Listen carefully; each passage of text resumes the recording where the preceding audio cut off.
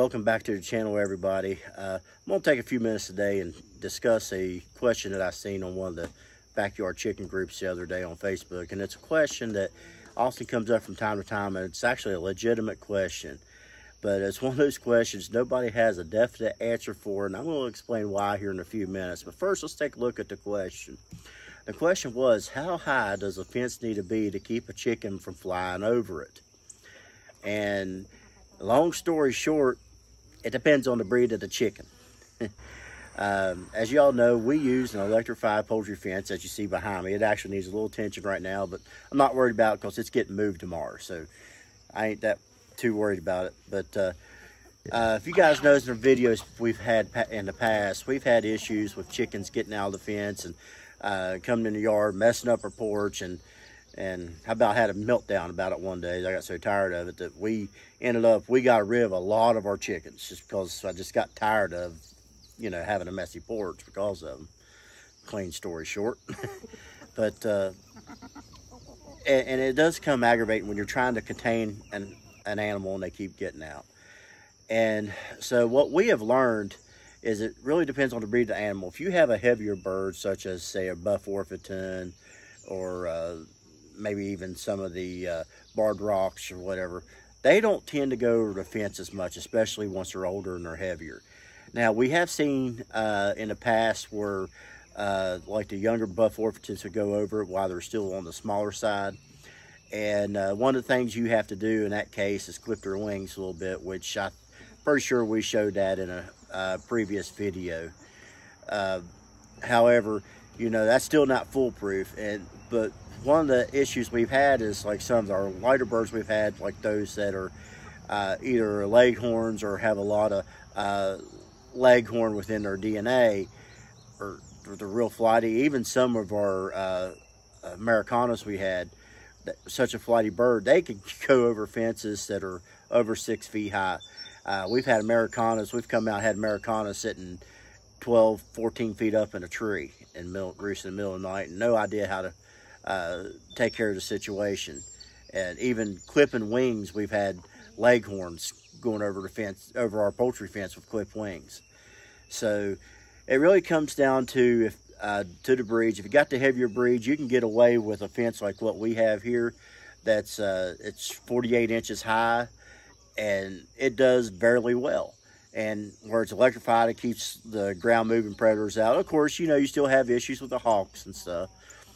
And if you're, and of course, if you're got issues with hawks and stuff, it's, you know, if you see, I don't know if you can see our turkey behind me or not, but he kind of helps out with that a little bit. We've had geese before. When we had geese, we never had an issue with aerial attacks when we had them, but, you know, they were so noisy, we got rid of them for a whole other reason. We're not getting into that today. But if you're going to have the lighter birds like the leghorns, people get the leghorns because they like to lay a lot, and they do. But if you're going to have leghorns and you want to keep them contained, in a nutshell, you're going to have a run that has a top to it, because they're going to fly over almost anything you have unless you got a fence 20 foot high or something.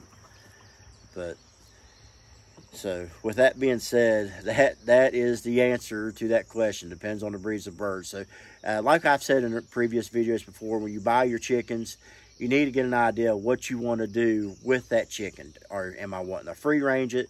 Am I wanting to introduce it to pasture? Am I wanting to keep it in a closed coop? Because all of those questions will is what you got to go ahead and play when you're choosing your chickens. You got to choose your chickens wisely, because we have learned the hard way here. There's some chickens that work good with our operations, and there's a lot of chickens that don't. And thankfully, recently, we got rid of our troublemakers, and we're down to about 30 chickens right now, and it seems to be doing well for us. It's a question that you just keep in your head. Just what kind of chicken do I have? And I'll tell you how high you want your poultry fence. Okay, now as we kind of go off topic a little bit, I'm going to show you something that we just purchased the other day. And I got this from a place not too far from here, but I hauled it on my little trailer. And honestly, I'm not sure how I did not get a ticket. because it was just way over the edge of my trailer. I got to do a little PM work to it, but for the price, it was worth it. And honestly, the only PM work I got to do is to the sheet metal. This is a chicken tractor mainly used for meat birds, and that's what I kind of have in mind for it. Steph kind of is wanting to use it for a breeding cage for her Polish, and I might show them here in a little bit. I don't think I've showed them on the channel yet, but and we might use that some, but I'm wanting to use it.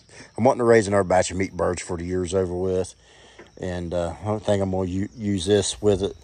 And you know, it's set up. It's actually got its own little house in the back with some laying boxes, so you really could use it for laying chickens if you wanted to. Which when I do the meat birds, I'm going to keep this part of it closed. I'll just have the other part, which I'll add more tin to it for that. And we got plenty of it just laying around. Got to do a little PM work, get that stuff laying down flat. The weights are kind of coming off a little bit. It's no big deal. Comes with a water system that I don't have on there at the moment. That's what that hole's for, is for the watering system goes down into it. A big bucket says on top, and it's got little pipes that feeds the water down into the chickens. And I was pulling this with my lawnmower the other day, so it pulls pretty easy with the lawnmower. I'm pretty impressed with what we got. Like I said, a little PM do to it, and it'll be just fine. Okay, guys, I don't think you can really see them on camera, but in the back, there's 3 silkies that Steph got the other day. She seen them on Facebook. She had to have them, so we put them with our other chicks that we're raising at the moment. Einstein there, I love his hair. Or her, I don't even know if it's a male or female. Be funny if it was a female and was calling it Einstein. Of course, Einstein was the last name, so I guess it could be male or female. I'm still not sure what that one little white one is. I kind of thought it might have been a Brahma, but they don't have fuzzy feet, so I don't know. It was something I got out of a dollar bin at Rural King.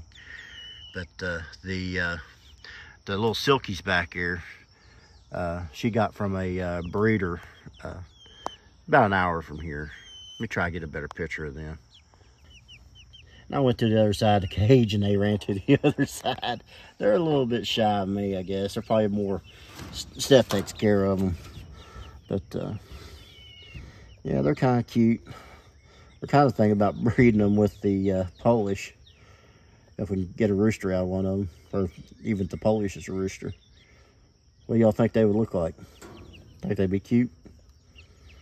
Maybe we'll get a chance to find out. And my corn's starting to pop up. I didn't show on video me planting it. I got 3 rows of this. This is just sun glow corn.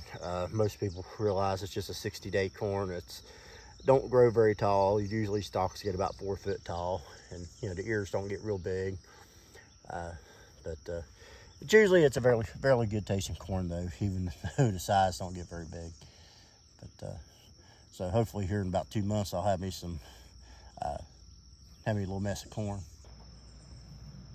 And Steph's tomato patch is looking really good.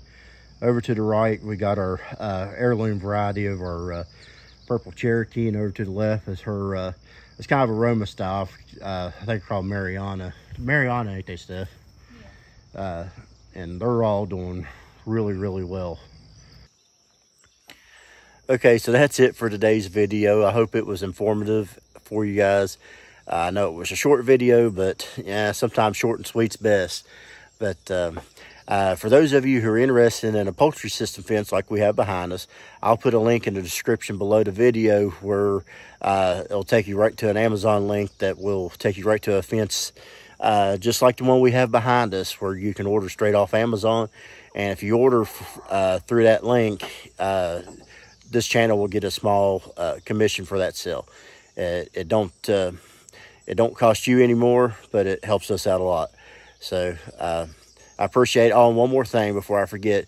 Somewhere around June 25th, I've mentioned this last few videos, I'm going to try to do a YouTube live, another one. Hopefully it'll be a little better. I'll have my microphones ready. I was going to use my microphones today, but I forgot to charge them, and none of them had a charge to them. Brand new microphones.